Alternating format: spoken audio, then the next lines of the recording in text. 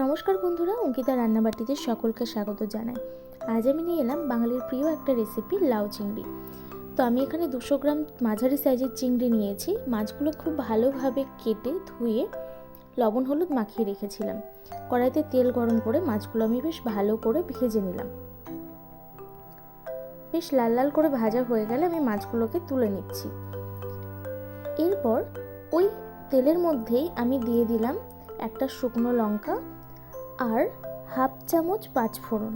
তার মধ্যে আমি দিয়ে দিলাম আদা, জিরে আর কাঁচা লঙ্কা একসাথে বাটা। মশলাটা আমি বেশ ভালো করে কষিয়ে নেব।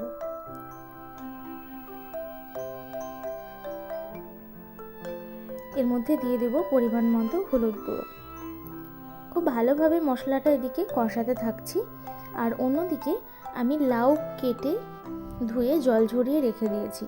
লাউগুলো আমি সরু সরু করে কেটেছি, আর আগে থেকে আমি লাউয়ে কোনো লবণ মেশাইনি।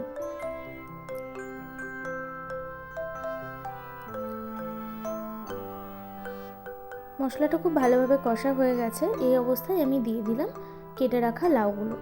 মশলার সাথে খুব ভালোভাবে আমি লাউটা মিশিয়ে নিচ্ছি। এই অবস্থায় আমি দিয়ে দেব স্বাদ মতো লবণ। লবণ দেওয়ার ফলে লাউ থেকে জল বেরিয়ে আসবে, আর সেই জলে লাউটা ভালোভাবে সেদ্ধ হয়ে যাবে।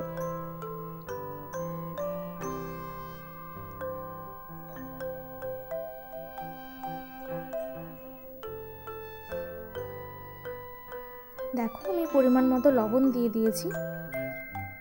তোমরা যখন লবণটা দেবে তখন একটু সময় বুঝে দেবে, কেন কি লাউটা না পরে অনেকটা কমে আসে, তখন যেন লবণ বেশি না হয়ে যায়।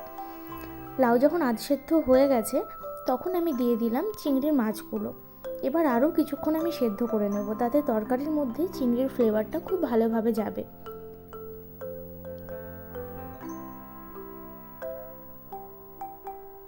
দেখো, তরকারিটা অনেকটাই হয়ে এসেছে। এই অবস্থায় আমি দিয়ে দেব সামান্য একটু চিনি, আর তার সাথে দিয়ে দেব শাহি গরম মশলা। দুটো উপকরণই আমি বেশ ভালোভাবে মিশিয়ে নেব।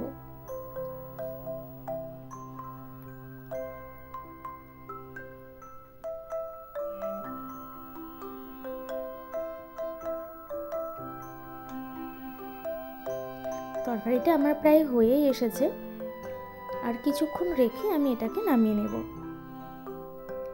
আমার এই রেসিপিটা তোমাদের যদি ভালো লেগে থাকে তাহলে অবশ্যই লাইক, কমেন্ট আর শেয়ার করো, আর তার সাথে সাথে সাবস্ক্রাইব করে আমার পাশে থেকো। আর তোমরা অবশ্যই বাড়িতে এরকম একটা রেসিপি ট্রাই করো, গরম ভাতের সাথে জাস্ট জমে যাবে। ধন্যবাদ।